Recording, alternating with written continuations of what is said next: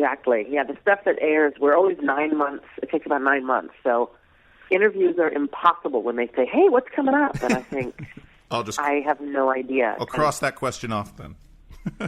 Yeah, it's like impossible to remember what does happen. I don't want to give information about an episode that's 2 years away, and I always forget.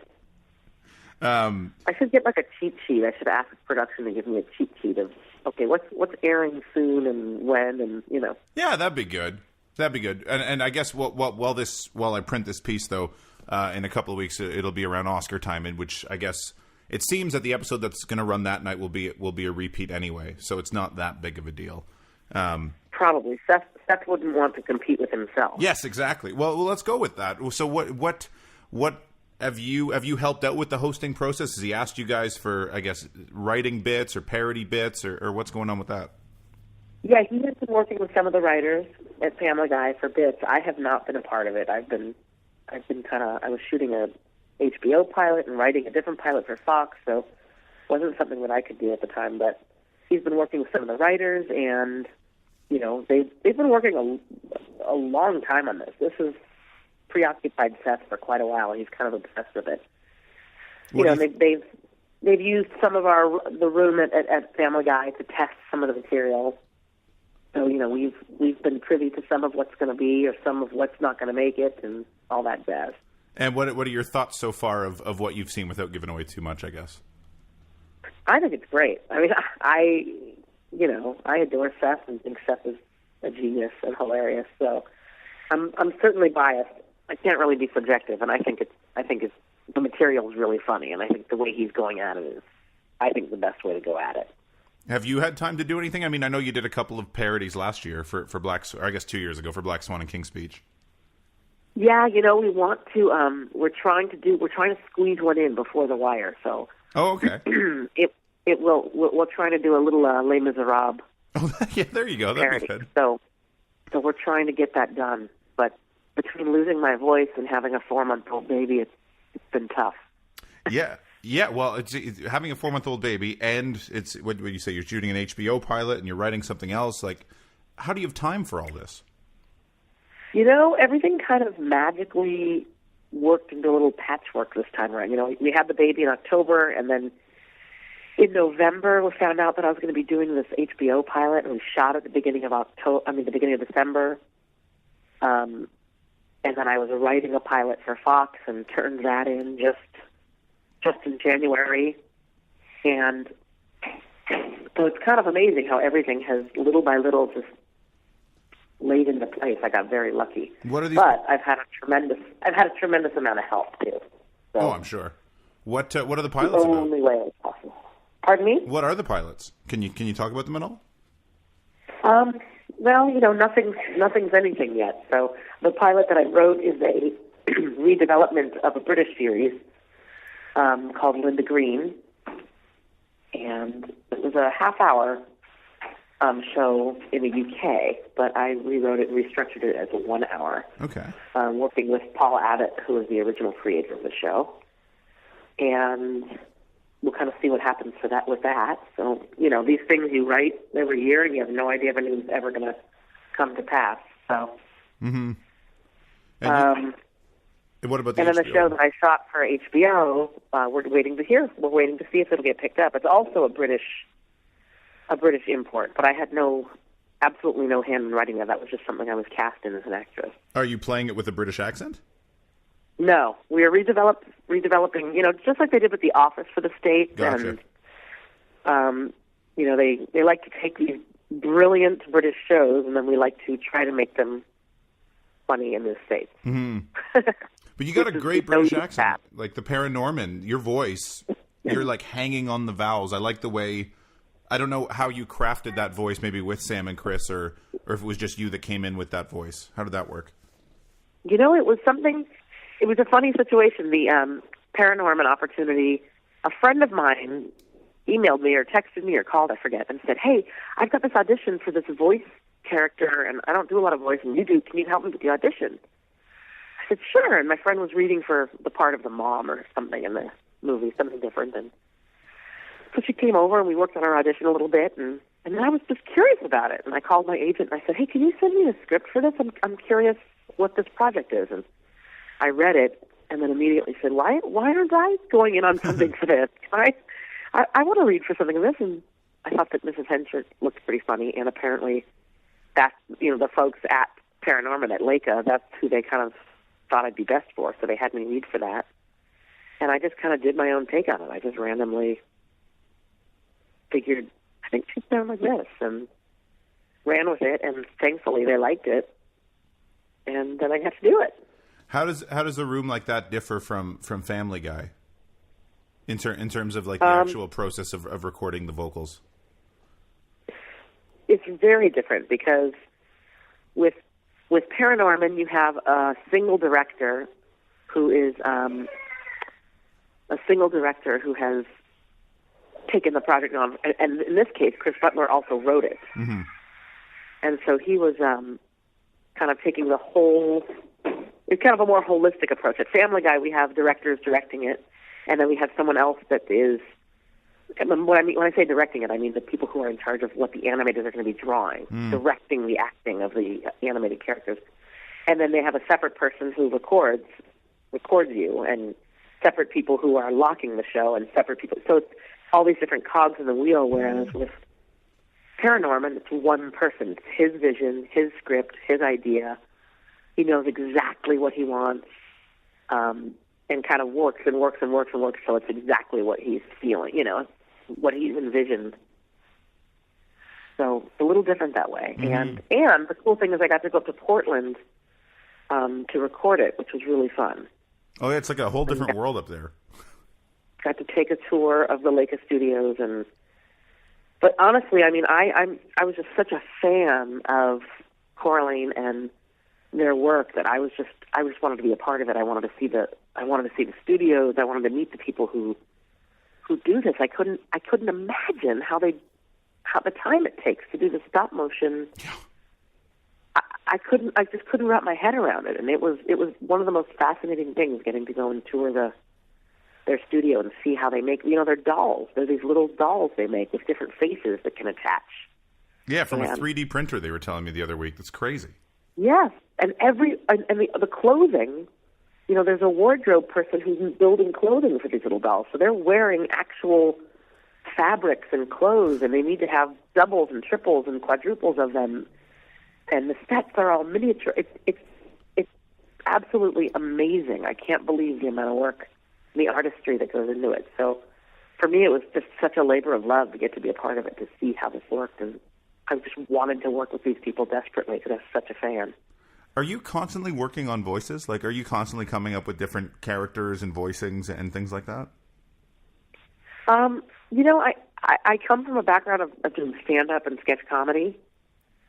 So you're kind of always creating characters, coming up with characters and different perspectives. And, when I was younger, I always used to do impersonations of family members and kind of entertain the family around the Passover table. And, I think it just kind of grew out of that. I grew up with different languages in the home, too, and I think that makes a big difference. You kind of develop an ear for things. Oh.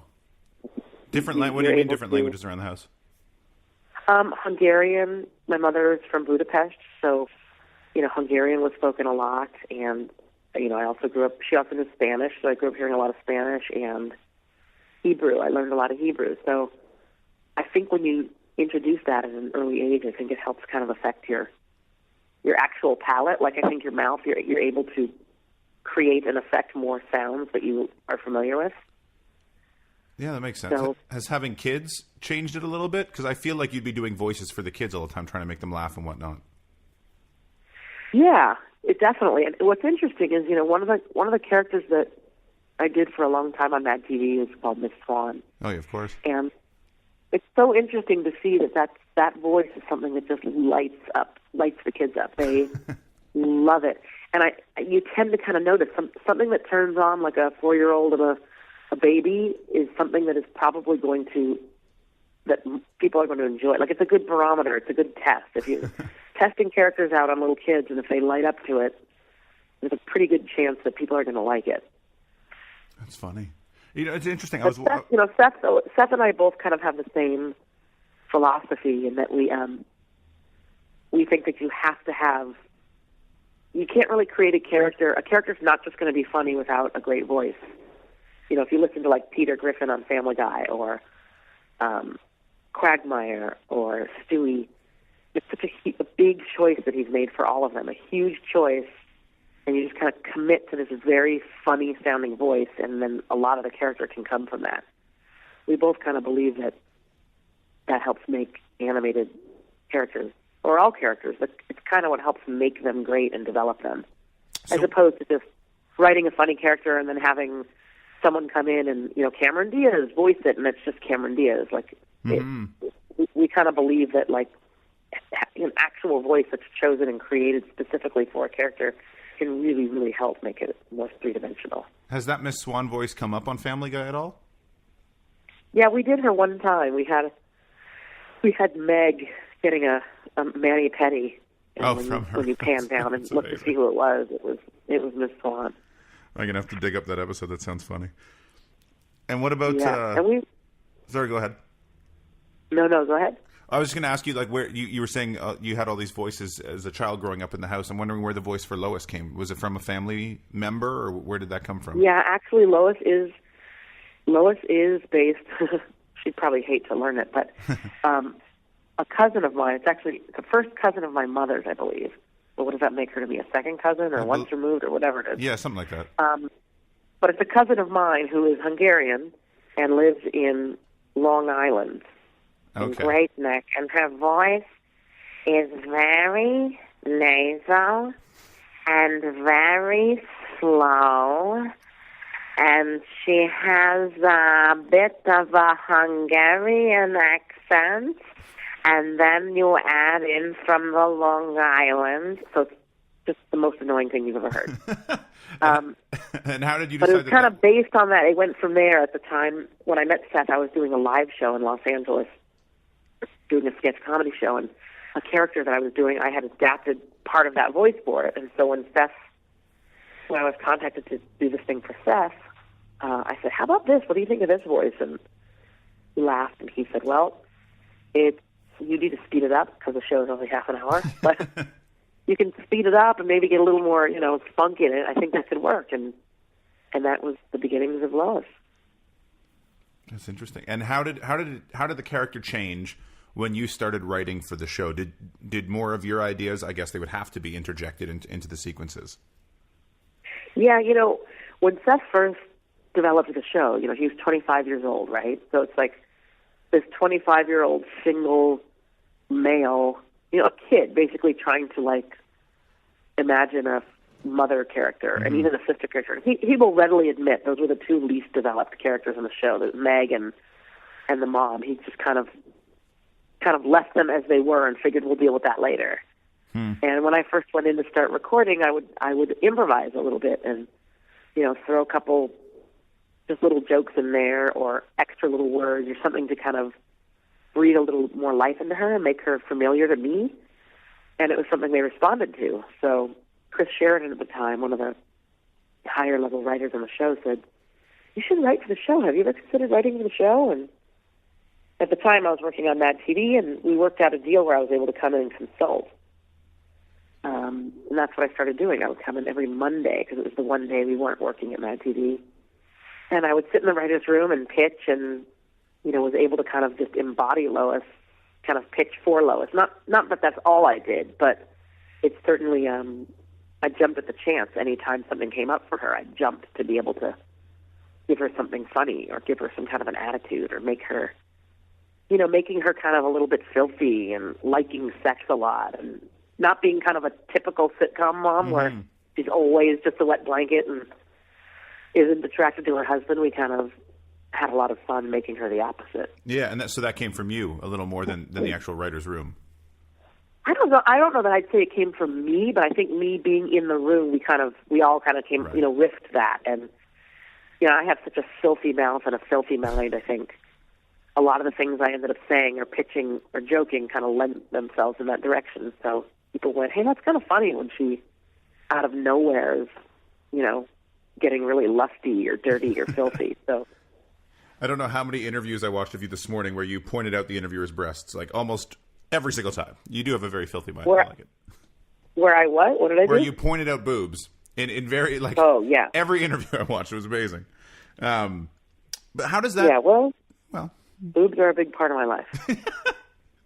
How does writing for Family Guy transform into writing for Shameless? Because that is a completely different entity. You know, yes and no. In a way, Frank Gallagher and Peter are similar. You know, they are these fuck-ups that consistently abuse and do horrible things to their own children and to their families and are selfish and single-minded and drink too much and are Irish. So in a way, they're very similar, and yet somehow they're still likable at the end of the day. They're these awful people who do horrible things, and yet they're somehow adorable clowns at the end of the day. So there is a similarity, I think. The difference is we can get away with a lot more with Peter Griffin. You don't have to buy back people's emotions with an animated show. Kind of anything goes. So with Shameless, it's a little more. You have to be a little bit more grounded, and not every single thing is possible. You know what I mean is, you know, in Family Guy, you can go to the moon and come back in 10 minutes. You can explore Pluto. You can become a woman. You can have a sex change. You can, you know, have a boob job or whatever. Anything is possible. With Shameless, you have to be a little more grounded. Although we go a little bit nuts sometimes. How did that opportunity come? And that has been like one of the most fun experiences of my life. I never, ever, ever thought I'd be writing for a 1-hour show. Never knew if I could do it really, but John Wells, he apparently did. He kind of had faith. God, that's a long roundabout story, but a friend of mine and I were thinking about developing a show idea. I had an idea for a character I wanted to play. He had an idea for a much bigger, richer, fuller textured show. And he said, let me put your character within this. And then he started working with John Wells. And the two of them wrote this really great script for something that ended up not moving forward. But I got the opportunity to meet John Wells through him. And, you know, we both kind of enjoyed each other's company, I guess. He thought I was funny and interesting. And when Shameless came about, which was a long time after, I just got a call asking if I wanted to work on the pilot they were writing. And at the time, I was pregnant with my first kid, so that was about 5 years ago, which is kind of amazing to think about. And so I was like, I'm pregnant. I'm about to go up to Seattle to have this baby, and so it's not really going to work out. But he said, well, if the show gets picked up, I'll bug you again. Sure enough, the show got picked up, and I got another phone call, and ended up writing for the show. Like I said, it's been like it was the greatest learning curve I've ever had, and one that's been so rewarding. I really loved it.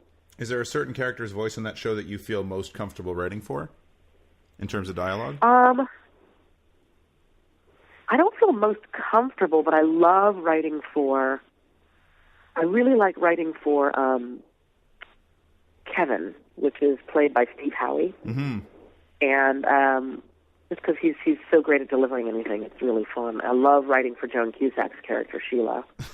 There you get to play with your filthy mind a little bit. Yes, I get to be filthy. She's a little Loisy, you know. She has this dark kind of filthy side, and yet she's the mama bear, and but she's just such a brilliant actress and so talented. You never know how she's going to deliver something, and it's just so much fun to wait and see what she's going to do. But really, I mean, everyone on the show. The guy who plays Lip, Jeremy, is so great too, and he's so subtle and he's so understated, and you always know less is more with him. You can write something and he gets it. He knows exactly what you meant. He never overplays anything. But really, I mean, everyone on that, William H. Macy and Emmy Rossum, they're all so good. It's a pleasure to write for. I'm not blowing smoke. It really is. They're just really easy to write for because you just know they're going to be able to deliver it. I've taken up enough of your time, and I'll let you get back to your kids, but we do something called 5 questions. 5 quick questions, 1-word answers. Okay. Hitchcock or Kubrick? Oh, God. That's not fair. I ask everyone these same questions, so it's always interesting to see what the answers are. It's not fair. That's I your will answer? answer it in a second, but I will qualify it first. All right. The mass of Hitchcock's work impresses me to no end, and they're all brilliant. But Clockwork Orange is so dark and twisted and brilliant. I'm leaning towards Kubrick, but I feel like that would be a lie because I think that the full amount of the body of work, I feel like man, this is tough. I'll just print that. That's perfect. I'm going to say, oh, man. Can I say that I would like the two of them to make love, and then I would vote for the child? Yes, I like that. That's good. Lennon or McCartney? What? Lennon or McCartney? Oh, Lennon. Your biggest influence as an actor? Oh, my God. My biggest influence as an actor. No, that can be... I don't have to name a person. No, it could be anything. I think my biggest influence as an actor is the movie Ordinary People and the movie Being There. Oh, I don't know Being There. I know Ordinary People. Interesting. I'll look that up. Being There, Peter Sellers. Oh. Shirley MacLaine. Amazing. Role you're most proud of? What am I most proud of? The role you're most proud of. Oh, the role I'm most proud of. You know, I think it's this HBO pilot that I just shot that I don't know if it'll ever air. It's called Getting On. That's what I'm most proud of that. But something that has been released, I'd say, probably Good Night and Good Luck. I had a small part in that, but it felt kind of important. Nice. Yeah, it was a good movie, good film. In one word, Alex Borstein. In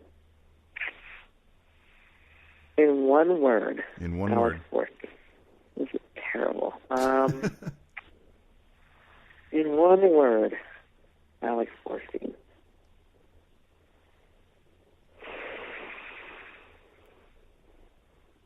This is not fair. This is not fair. This is not fair. In one word, yeah. Alex Borstein. How fast do people usually answer these? Oh, it varies. I like to try and make it as fast as possible, so it's a whimsical kind of quirky answer. But if you want to take your time, that's fine too. Sometimes it can get deep. I just don't know. How about trepidatious? Oh.